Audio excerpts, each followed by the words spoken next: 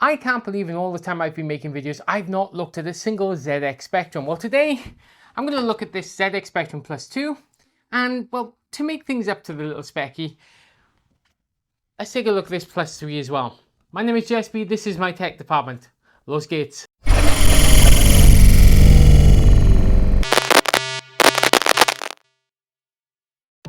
So let's get an introduction to our machines.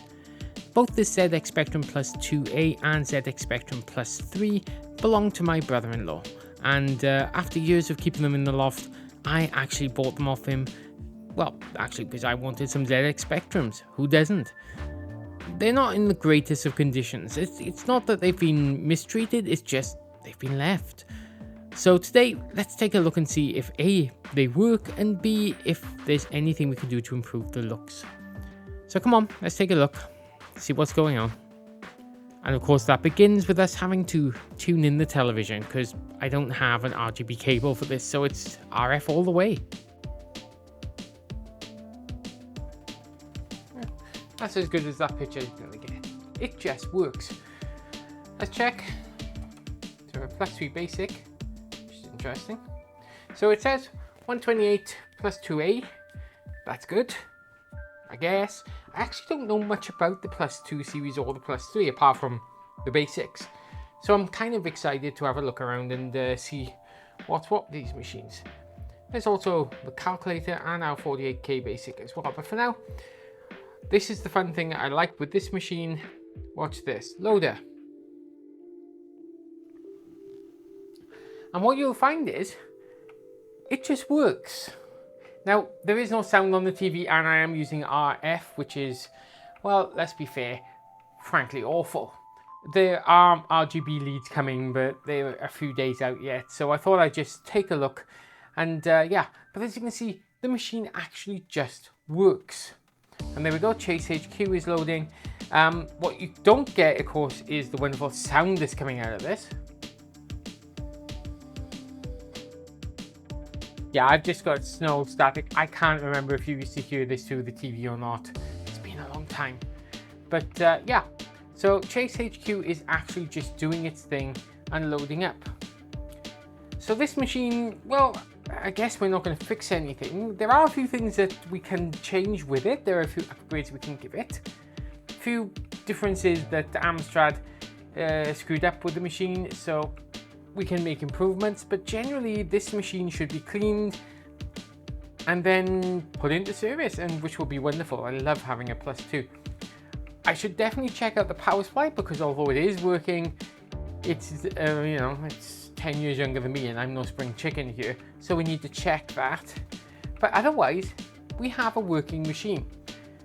Now for the Plus 3, well, I have no idea what that's going to do, so yeah, that's going to be fun. Well, we'll find out after I've had a quick game at Chase HQ. Don't judge me. Since our ZX Spectrum Plus 2A is working, then, well, let's start there. Getting into the case is a simple matter of removing just 6 screws. There are no hidden screws, nothing underneath a warranty seal that it has long since expired, so it's just a matter of taking the 6 case screws out and then lifting the lid away carefully.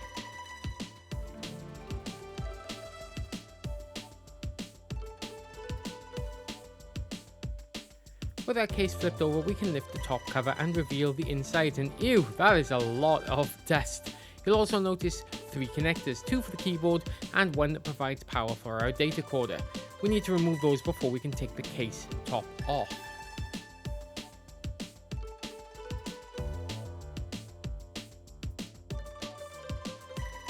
To get that top cover off, we just need to unplug that power supply cable and remove the 2 keyboard membrane connections. After that, the whole top assembly just lifts away. The dust, however, remains. Ew. Looking at the board, you can see how cost reduced the now 128K Plus 2 is compared to the original even 48K. There are just 4 memory chips and 1 huge ULA.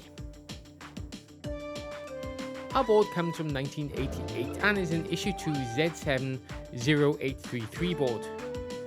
There's not much to say about it other than this is an issue 2. It's very cost reduced. You can see the ULA there just above the bent over capacitor. And yeah, Amstrad did a wonderful job of reducing the spectrum down to, well, less parts and making it cheaper to produce. I mean, that's what you expect from Amstrad, really. To get the motherboard out, we just need to take out, I think, 4 or 5 screws, and then the whole assembly will lift away, which is good because there is a lot of dust in here and we need to get that out. 2 screws finally to come out, and then, yeah, time for cleaning.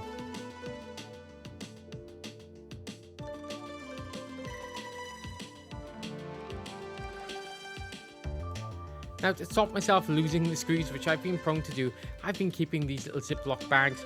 I hate to throw these things out. It's, you know, there's no need to throw this horrible plastic stuff out. The ocean's full of enough as it is. So let's keep the screws in there and keep them separate. With the motherboard lifted out of the way, then it's time to take out our tape drive. Again, this is not terribly difficult. There are just, I think, 4 screws holding the main drive in place, although to get at the 4th one is going to be a little bit tricky. First of all, let's get rid of some of the, well, when I say some, of all of the dust that's just hanging around inside this thing. My god, it's just filthy. Which, strange enough, is a sign of a good machine. It means it's been used and loved. At least I hope that's what it means. I'm choosing to believe that anyway, because, ugh, there is a lot of human being in here. Ugh.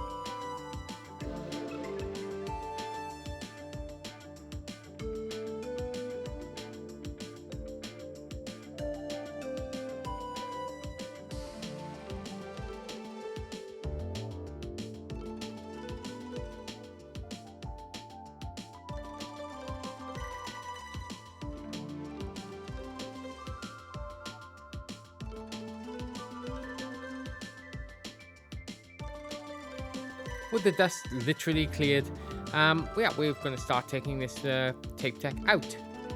So the screws are fairly easy to find, at least 3 of them or 4 of them, and the whole assembly, like everything else in this machine, will just lift away. With the main screws out, we need to move this PCB out of the way, and there are just 3 screws holding that in place. Then we can move it to one side and undo the final screw that's holding our tape deck in place. Then it lifts away. Finally, there's 1 screw to take out our LED, and I'm going to put that back in the case just so I know where it is. And yeah, one final thing to take out, of course, is the keyboard. It's just a matter of undoing 6 screws and the whole unit just lifts away, and finally our case is free. So let's start on the cleaning. I'm going to use my plastic cleaner for this, the old glass cleaner. And yeah, you can see it's covered in paint splatter from emulsion. So it's obviously been left in the living room while someone's, you know, painted the walls. Fortunately, the glass cleaner does a wonderful job of cleaning plastic, and it starts to come up wonderfully. Getting into the grooves though, well, that's a little more tricky and requires a lot more work. Nevertheless, slowly and surely, the case begins to come clean.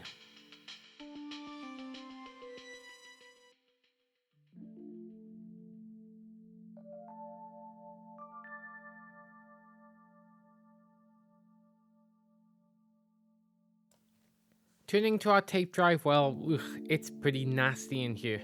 So what I'm going to do is I'm going to start getting it all cleaned out first, and then we're going to just get some lithium grease and some silicone oil in places and yeah, clean everything up. First, let's give the heads a little clean with some isopropyl alcohol on a cotton bud. It's a very gentle process, and while I'm there, I'll just pick up the rest of this. Ugh, this is so gross. It looks even worse on camera because it wasn't this close when I was doing it. Ugh. There's no way to get around it. This type of job takes time. So I spend the next 20 minutes with a brush, cotton buds, and various bits of cleaners to slowly and surely reveal the tape deck underneath the grime and the dirt. After all, this tape deck has probably seen 10 to 15 years worth of service before being put into storage, where it accumulated more dust. So it's unsurprising to discover tiny little bits of rust on the mechanism, which maybe in a future date I will take a look at and tidy up. For now, let's get some silicone oil, and I'm going to use a cotton bud with a bit of silicone oil in a capsule, and yeah, I'm just going to lubricate up these moving surfaces. Now I prefer to do this than use lithium grease here, because the lithium grease kind of attracts the dust and crap, and it can gum up over time. So yeah, a little silicone oil, it's not going to rot any rubber pieces, which is good. And yeah, hopefully that will mean our tape deck will be good for another 20 to 30 years.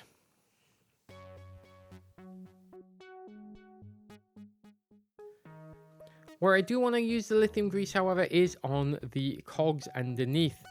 As you can see, there is evidence of some kind of grease on there, but it has long since, well, perished, become cruddy kind of thing. So what I'm going to do, again, cotton bud and a little lithium grease on the end of it. I'm just going to add it to this large cog.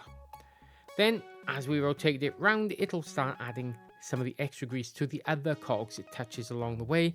And, well, basically it does half the job for me.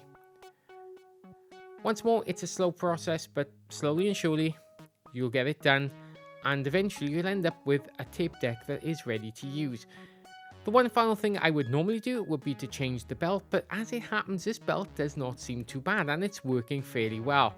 So I'm going to leave it in place for now, and yeah, I'll put it as a service item for future use. Until then, let's just leave this drive and hopefully put it all back together a little later on. And hope it still works. Let's turn our attention to the keyboard, and oh god, it's just as dusty as the rest of the machine. And oh, that's so not good. Now, to take some of these keys off, we actually need to get behind the keyboard and remove the little clips there that hold things on. That's nice and easily done. And yeah, we can actually then just pop the keys out from behind, which makes this a dawdle, if I'm honest. However, there's so much dust in here. Look at it. There's a whole human being in here, I'm sure of it. Oh, it's so gross. That's going in the sink for a nice soak. While that's soaking, let's turn our attention to the rest of the case. And yeah, I'm not going to soak it in the sink alongside our keyboard.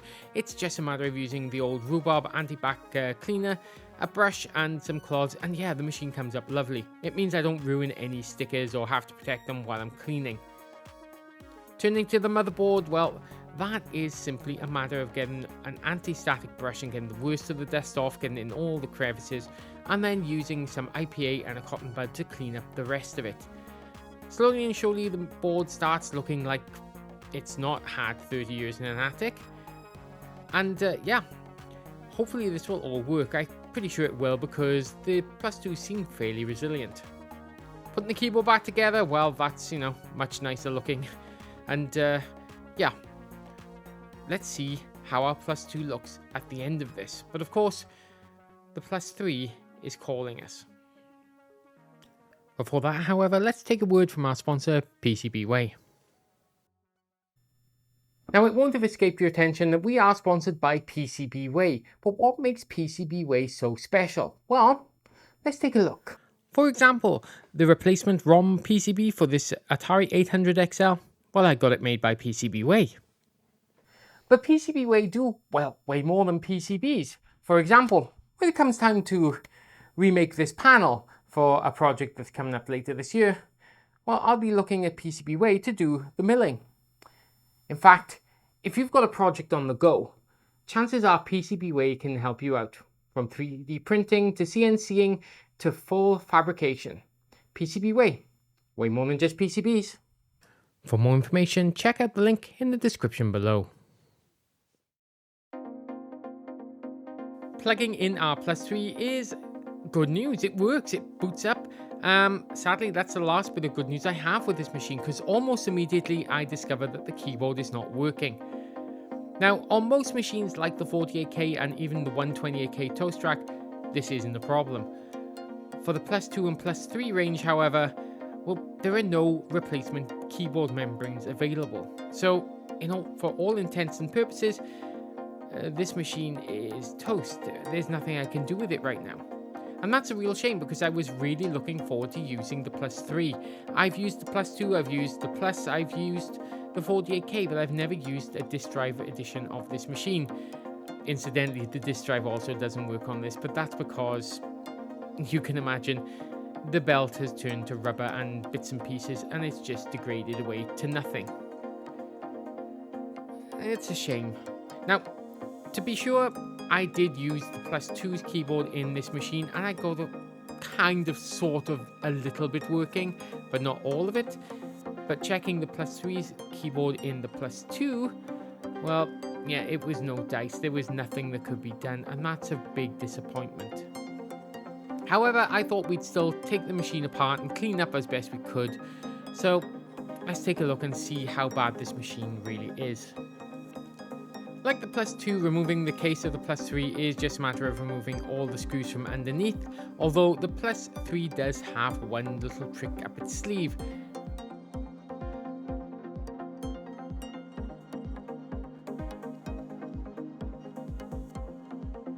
On the right hand side next to the disk drive are 2 extra screws you need to remove before the case will come away. Now, already it's clear to me that this machine hasn't had the same amount of love and attention that the Plus 2 had. There is a big gouge on the front of the case, and that's already concerning me. Inside, well, things are not looking any better.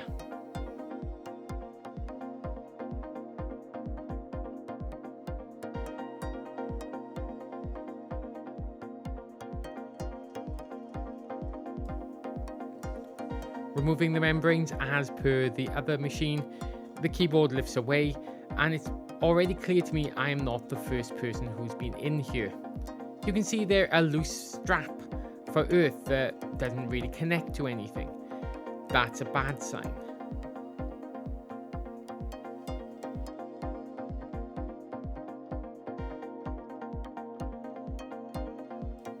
At the rear where the audio out should be is just a twisted piece of wire and nothing else.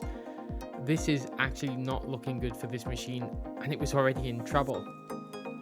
Next we can take the drive out, and that's just a matter of undoing 2 screws and the mechanism lifts away, more or less. You'll need to unplug the cable either from the back or from underneath the motherboard.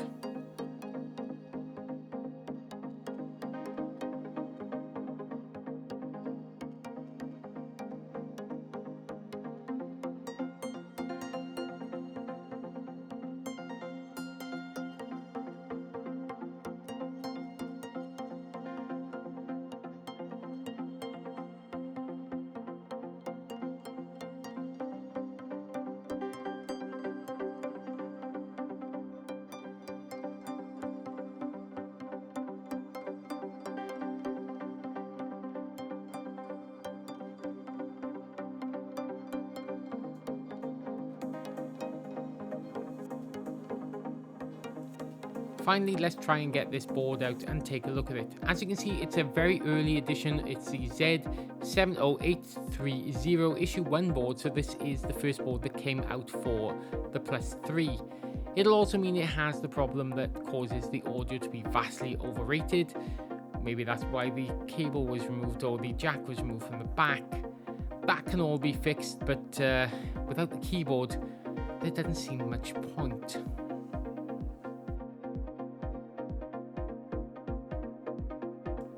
Taking a look at the keyboard membrane itself, well, actually there's no signs of damage, just a lot of dust, and I mean a lot of dust. Now, one of the things I'm tempted to try is to just cut a sliver off the end where it meets the keyboard connectors in the case. Perhaps that might revive it, but having tried the keyboard within the Plus 2 and so no activity, and having tried the Plus 2's keyboard, which works fine in this, and only seeing some keys working, I'm beginning to wonder whether the ULA might be an issue. And that, again, is a little bit of a problem. That ULA is, well, as far as I can tell, not as easy to get hold of, and certainly not very easy to change. Okay, so just from the future here. This video was done. I was ready to send it up for rendering, and while it was rendering out, I thought, you know what, I don't like to lose, or more importantly, I don't like to not understand why I've lost. So I grabbed the Plus 3, and I just did a little bit of digging around, and, well, wouldn't you know it, I fixed it. The keyboard is now fully functional. However, I think we'll save that until next time. So what I'm going to do now is I'm going to turn you over to my myself, and you can have the outro. But next time we're going to look at the Plus 3 and see both these machines back in fully working order. So over to you. Well, there we have it. What a bombshell to end on. Yeah, so I was certain the ZX Spectrum Plus 3 had had its day. Its life from here on in was going to be that of a shelf ornament because that keyboard membrane was just irreplaceable. However, it turns out that whilst the membrane was faulty, I managed to fix it. And to find out how I did that, well, you're just going to have to tune in next time.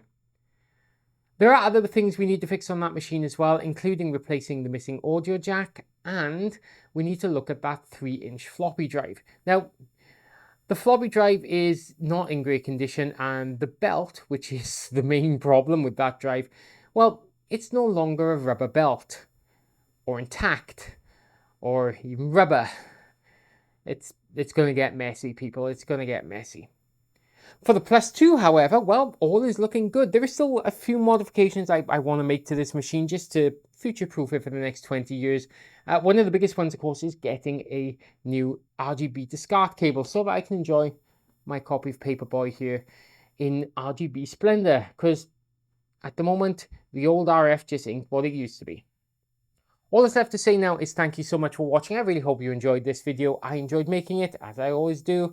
And remember, when it comes to old machines, remember to rediscover, reuse, and you never know. You might find your own revelation in the case of a ZX Spectrum Plus 3. My name is Jess B. This has been my tech department. Cheers.